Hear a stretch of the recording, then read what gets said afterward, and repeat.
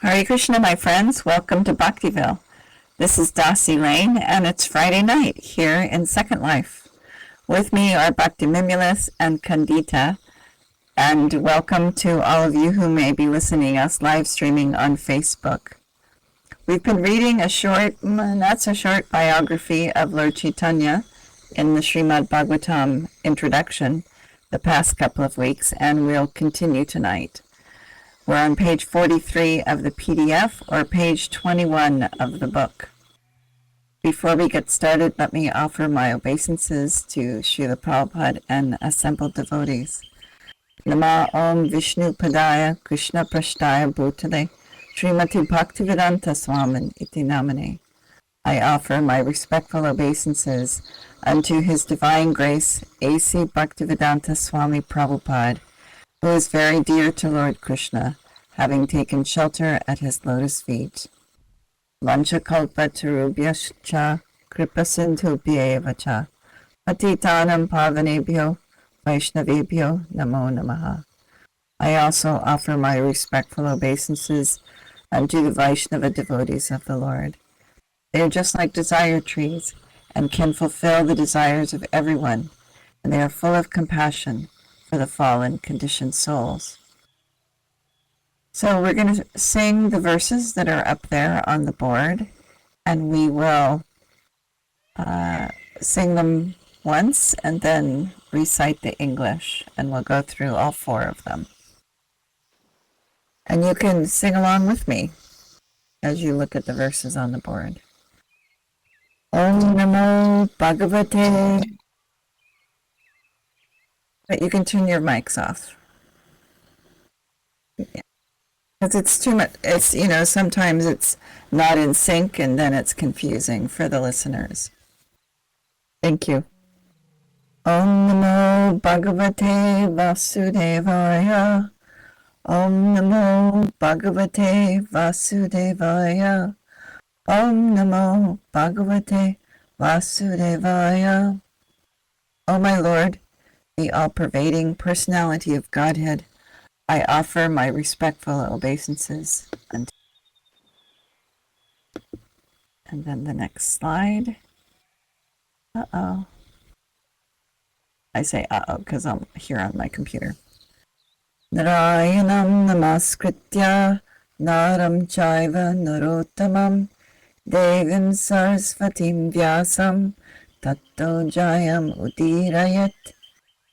Before reciting the Srimad Bhagavatam, which is the very means of conquest, one should offer respectful obeisances unto the personality of Godhead Narayan, and unto Narayan Rishi, the supermost human being, and unto Mother Saraswati, the goddess of learning, and unto Srila Vyasadeva, the author. Then our third slide. Shrinvatam Svakata Krishna Punya Shravana Kirtanaha Vidyantastu Hyapadrani Vidunoti Suhrit Satam.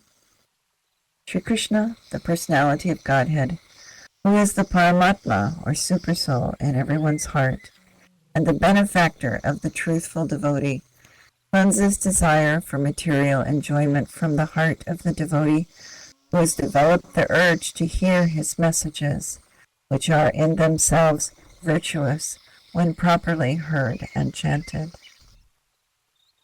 The last one.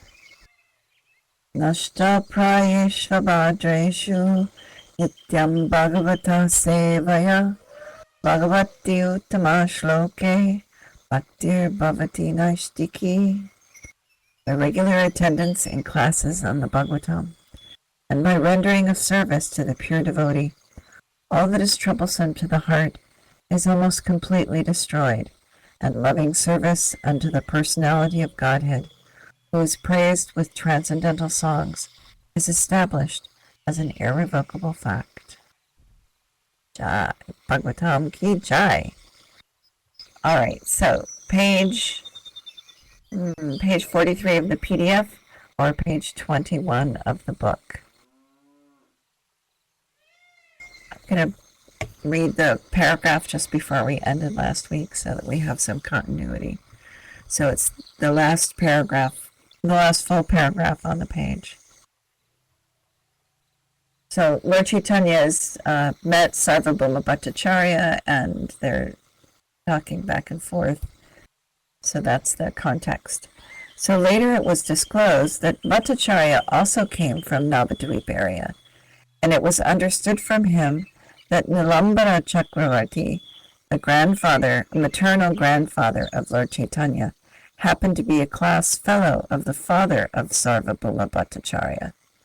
In that sense, the young sannyasi, Lord Caitanya, evoked paternal affection from Bhattacharya.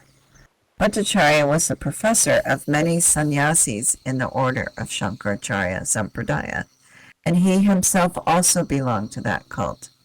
As such, the Bhattacharya desired that the young sannyasi, Lord Caitanya, also hear from him about the teachings of Vedanta. Those who are followers of the Shankaracharya cult, are generally known as Vedantists. This does not, however, mean that Vedanta is a monopoly study of the Shankara Sampradaya. Vedanta is studied by all the bona fide Sampradayas, but they have their own interpretations. But those in the Shankara Sampradaya are generally known to be ignorant of the knowledge of the Vedantist Vaishnavas. For this reason, the Bhaktivedanta title was first offered to the author by the Vaishnavas. So he's speaking about himself, Srila Prabhupada. The Lord agreed to take lessons from Bhattacharya on the Vedanta, and they sat together in the temple of Lord Jagannath. The Bhattacharya went on speaking continually for 7 days, and the Lord heard him with all attention and did not interrupt.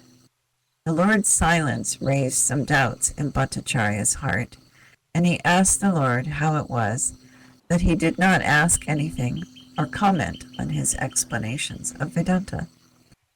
The Lord posed himself before the Bhattacharya as a foolish student, and pretended that he heard the Vedanta from him, because the Bhattacharya felt that this was the duty of a sannyasi. But the Lord did not agree with his lectures. By this, the Lord indicated that the so-called Vedantists among the Shankara Sampradaya, or any other Sampradaya, who did not follow the instructions of Srila Vyasadeva, are mechanical students of the Vedanta. They are not fully aware of that great knowledge. The explanation of the Vedanta Sutra is given by the author himself in the text of Srimad Bhagavatam. One who has no knowledge of the Bhagavatam will hardly be able to know what the Vedanta says. The Bhattacharya, being a vastly learned man, could follow the Lord's sarcastic remarks on the popular Vedantists. He therefore asked him why he did not ask about any point which he could not follow. The Bhattacharya could understand the purpose of his dead silence for the days he heard him. This shows clearly that the Lord had something else in mind. Thus the Bhattacharya requested him to disclose his mind. Upon this, the Lord spoke as follows. My dear sir, I can understand the meaning of the sutras like Janmadhyasya Yataha, Shastra Unitvat, and Atato Brahma Jinyasa of the Vedanta Sutra, but when you explain them in your own way, it becomes difficult for me to follow them. The purpose of the sutras is already explained in them, but your explanations are covering them with something else. You do not purposely take the direct meaning of the sutras, but indirectly give them your own interpretations. The Lord thus attacked all Vedantists who interpret the Vedanta Sutra fashionably, according to their limited power of thinking, to serve their own purpose. Such indirect interpretations of the authentic literatures, like the Vedanta, are hereby condemned by the Lord. The Lord continued, Srila Vyasadeva has summarized the direct meanings of the mantras in the Upanishads in the Vedanta Sutra. Unfortunately, you do not take their direct meaning. Indirectly, you interpret them in a different way. The authority of the Vedas is unchallengeable and stands without any question of doubt, and whatever is stated in the Vedas must be accepted completely, otherwise one challenges the authority of the Vedas. The conch shell and cow dung are bone and stool of two living beings, but because they have been recommended by the Vedas as pure, people accept them as such because of the authority of the Vedas. The idea is that one cannot set his imperfect reason above the authority of the Vedas. The orders of the Vedas must be obeyed as they stand without any mundane reasoning. The so-called followers of the Vedic injunction make their own interpretations of the Vedic injunctions, and thus they establish different parties and sects on the Vedic religion. The Lord Buddha directly denied the authority of the Vedas, and he established his own religion. Only for this reason, the Buddhist religion was not accepted by the strict followers of the Vedas. But those who are so-called followers of the Vedas are more harmful than the Buddhists. The Buddhists have the courage to deny the Vedas directly, but the so-called followers of the Vedas have no courage to deny the Vedas, although indirectly they disobey all the injunctions of the Vedas. Lord Caitanya condemned this. The example of the conch shell and that of the cow dung given by the Lord are very much appropriate in this connection. If one argues that since cow dung is pure, the stool of a learned Brahmana is still more pure, his argument would not be accepted. Cow dung is accepted, and the stool of a highly posted Brahmana is rejected. The Lord continued, the Vedic injunctions are self-authorized, and if some mundane creature adjusts the interpretations of the Vedas, he defies their authority. It is foolish to think of oneself as more intelligent than Srila Vyasadeva. He has already expressed himself in his sutras, and there is no need of help from personalities of lesser importance. His work, the Vedanta Sutra, is as dazzling as the midday sun, and when someone tries to give his own interpretations on the self-effulgent, sun-like Vedanta Sutra, he attempts to cover this sun with the cloud of his imagination. The purpose of the Vedas and the Puranas are one and the same. They ascertain the absolute truth, which is greater than everything else. The absolute truth, which is, I misread. The absolute personality is ultimately realized as the absolute personality of Godhead, with absolute controlling power.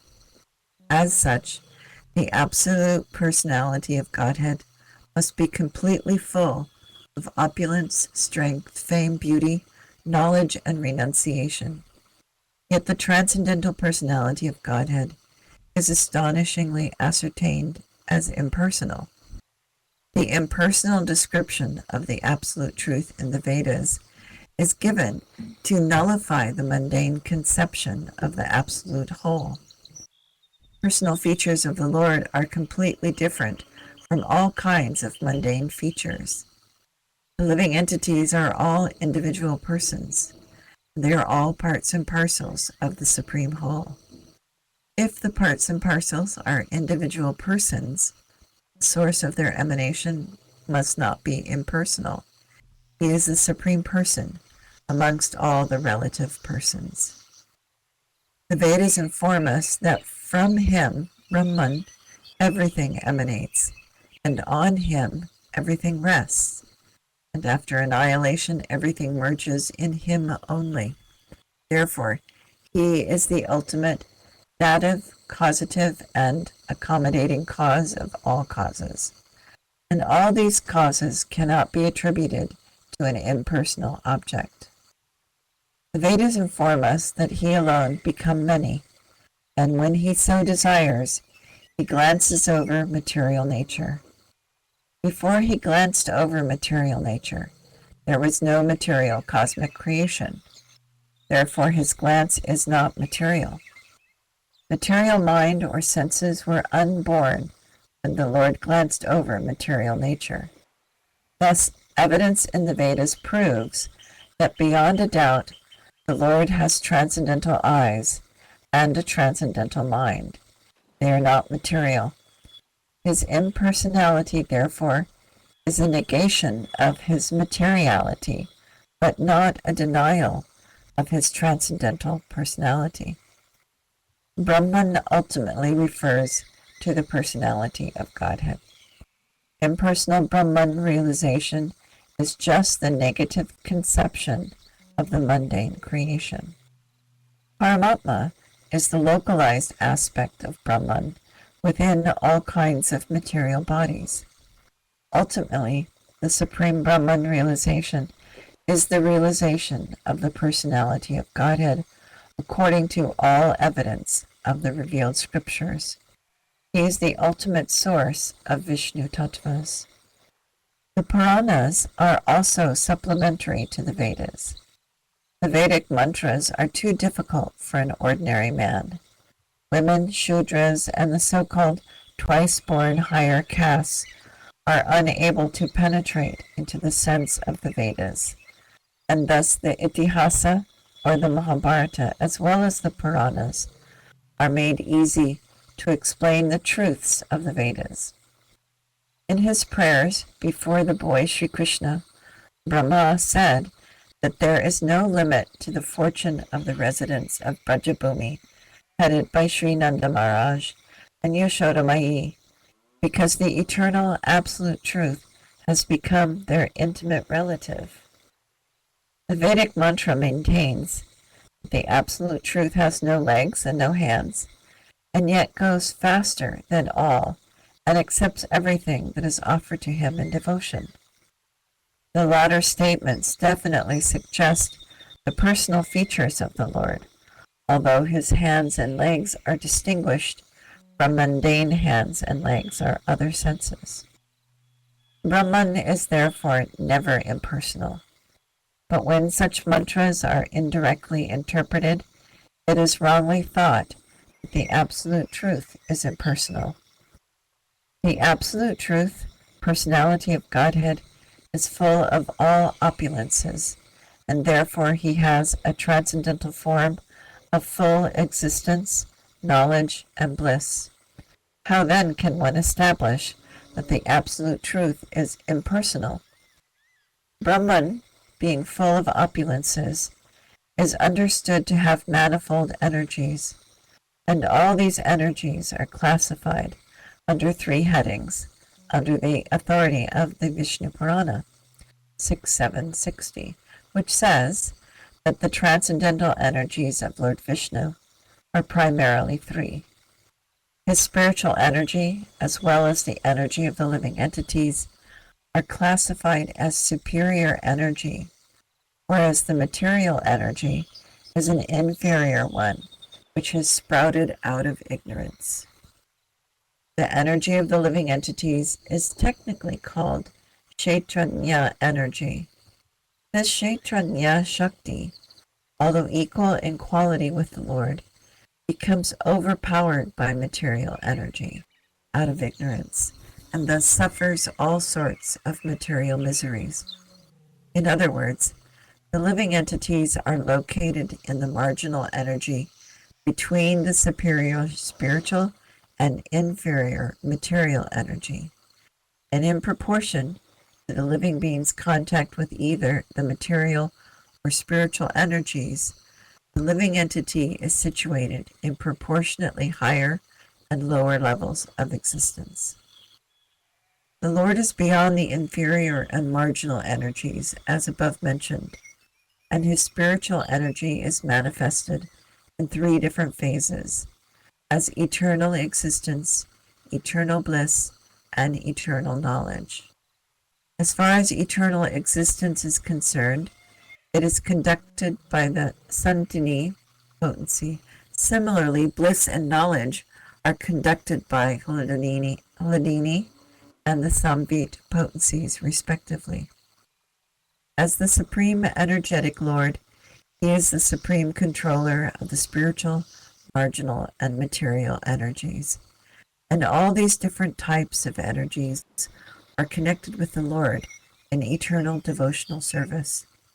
The Supreme Personality of God is thus enjoying in his transcendental eternal form. Is it not astounding that one dares to call the Supreme Lord non-energetic?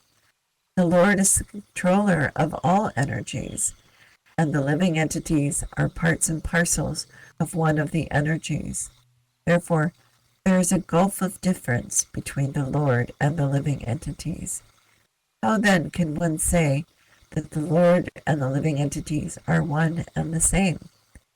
In the Bhagavad Gita also, the living entities are described as belonging to the superior energy of the Lord. According to the principles of intimate correlation between the energy and the energetic, both of them are non-different also. Therefore, the Lord and the living entities are non-different as the energy and the energetic. Earth, water, fire, air, ether, mind, intelligence, and ego are all inferior energies of the Lord, but the living entities are different from all as superior energy. This is the version of Bhagavad Gita. The transcendental form of the Lord is eternally existent and full of transcendental bliss. How then can such a form be a product of the material mode of goodness? Anyone, therefore, who does not believe in the form of the Lord is certainly a faithless demon, and as such is untouchable and not to be seen persona non grata, fit to be punished by the Platonic king. The Buddhists are called atheists because they have no respect for the Vedas, but those who defy the Vedic conclusions, as above mentioned, under the pretense of being followers of the Vedas, and are verily more dangerous than the Buddhists. Sri Vyasadeva very kindly compiled the Vedic knowledge in his Vedanta Sutra, but if one hears the commentation of the Mayavadi school, as represented by the Shankara Sampradaya, will certainly be misled on the path of spiritual realization. The theory of emanations is the beginning subject of Vedanta Sutra. All of the cosmic manifestations are emanations from the absolute personality of Godhead by his inconceivable different energies. The example of the touchstone is applicable to the theory of emanation. The touchstone can convert an unlimited quantity of iron into gold, and still the touchstone remains as it is. Similarly, the Supreme Lord can produce all manifested worlds by his inconceivable energies, and yet he is full and unchanged. He is Purna, complete, and although an unlimited number of Purnas emanate from him, he is still Purna. The theory of illusion of the Mayavadi school is advocated on the ground that the theory of emanation will cause a transformation of the absolute truth. If that is the case, Vyasadeva is wrong. To avoid this, they have skillfully brought in the theory of illusion. But the world, or the cosmic creation, is not false, as maintained by the Mayavad school. It simply has no permanent existence. A non-permanent thing cannot be called false altogether, but the conception that the material body is the self is certainly wrong. Pranava, Om, or the Omkara in the Vedas, is the primeval hymn. This transcendental sound is identical with the form of the Lord. All the Vedic hymns are based on this Pranava Omkara. Tattvam Asi is but a side word in the Vedic literature, and therefore this word cannot be the primeval hymn of the Vedas. Sripad Shankaracharya has given more stress on the side word Tattvam Asi than on the primeval principle Omkara. The Lord thus spoke on the Vedanta Sutras and defied all the propaganda of the Mayavad school. There's a footnote here. In our teachings of Lord Caitanya, we have more elaborately explained all these philosophical intricacies. Srimad Bhagavatam clarifies them all. The Bhattacharya tried to defend himself and his Mayavad school of jugglery, of logic and grammar, but the Lord was able to defeat him by his forceful arguments. He affirmed that we are all related with the personality of Godhead eternally, and that devotional service is our eternal function to exchange the dealings of our relations. And the result of such exchanges is to attain prema, or love of Godhead. When love of Godhead is attained, love for all other beings automatically follows, because the Lord is the sum total of all living beings. The Lord said that but for these three items, namely eternal relation with God, exchange of feelings with Him, and the attainment of love for Him, all that is instructed in the Vedas is superfluous and concocted. The Lord further added that the Mayavad philosophy taught by Sripad Shankaracharya is an imaginary explanation of the Vedas, but it had to be taught by him, Shankaracharya, because he was ordered to teach it by the personality of Godhead. In the Padma Purana, it is stated that the personality of Godhead ordered his lordship Shiva to deviate the human race from him, personality of Godhead. The personality of Godhead was to be so covered so that people would be encouraged to generate more and more population. His lordship Shiva said to Devi, his wife, "In the Kali Yuga, I shall preach the Mayavad philosophy, which is nothing but clouded Buddhism in the garb of a Brahmana."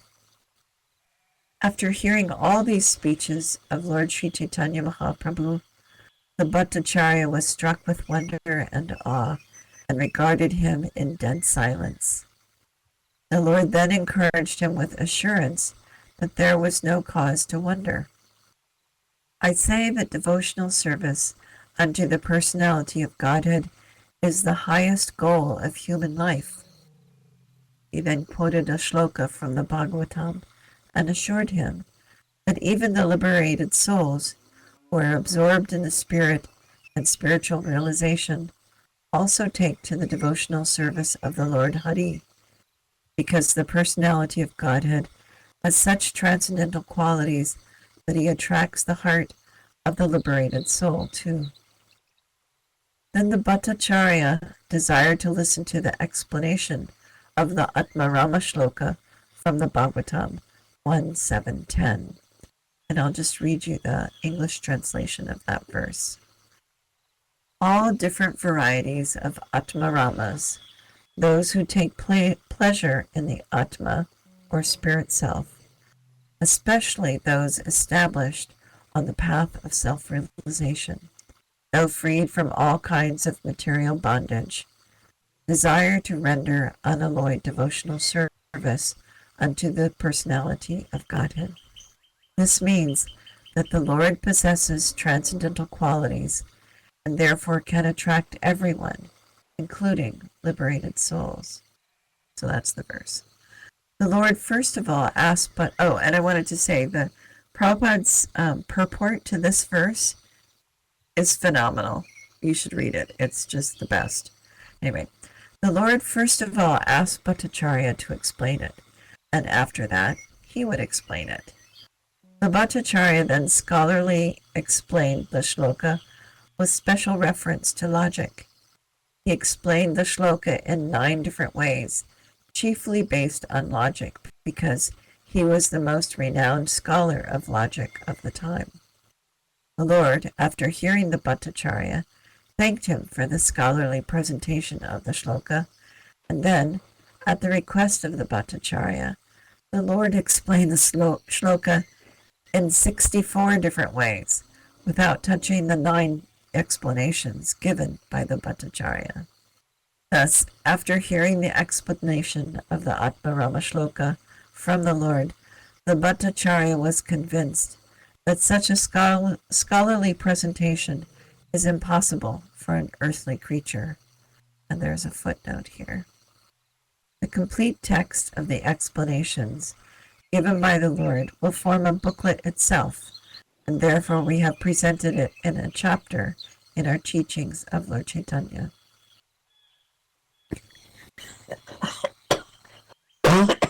Excuse me. Before this, Sri Gopinathacharya tried to convince him of the divinity of the Lord, but at that time he could not so accept him. But the Bhattacharya was astounded by the Lord's exposition of the Vedanta Sutra and explanations of the Atmarama Shloka, and thus he began to think that he had committed a great offense at the lotus feet of the Lord by not recognizing him to be Krishna himself. He then surrendered unto him, repenting for his past dealings with him, and the Lord was kind enough to accept the Bhattacharya. Out of his causeless mercy, the Lord manifested before him first as four-handed Narayana, and then again as two-handed Lord Krishna, with a flute in his hand. The Bhattacharya at once fell down at the lotus feet of the Lord, and composed many suitable shlokas in praise of the Lord by his grace. He composed almost 100 shlokas in the praise of the Lord. The Lord then embraced him, and out of transcendental ecstasy, the Bhattacharya lost consciousness of the physical state of life.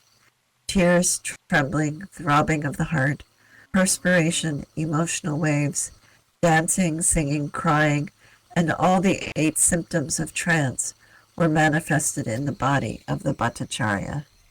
Sri Gopinathacharya became very glad and astonished by this marvelous conversation of his brother-in-law by the grace of the Lord. Out of the 100 celebrated shlokas composed by the Bhattacharya in praise of the Lord, the following 2 are most important, and these 2 shlokas explain the mission of the Lord in a gist. They are as follows. 1. Let me surrender unto the personality of Godhead, who has appeared now as Lord Sri Caitanya Mahaprabhu. He is the ocean of mercy and has come down to teach us material detachment, learning, and devotional service to himself. 2. Since pure devotional service of the Lord has been lost in the oblivion of time, the Lord has appeared to renovate the principles, and therefore I offer my obeisances unto his feet. I think this is a good place to stop right here. Any questions or comments? It's a very philosophical section, but still quite wonderful.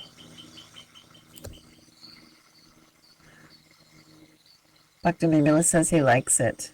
Kandita says thank you. Well, you're very welcome. Thank you for letting me read. As always such a pleasure. All glories to Srila Prabhupada. Thank you again. Hare Krishna.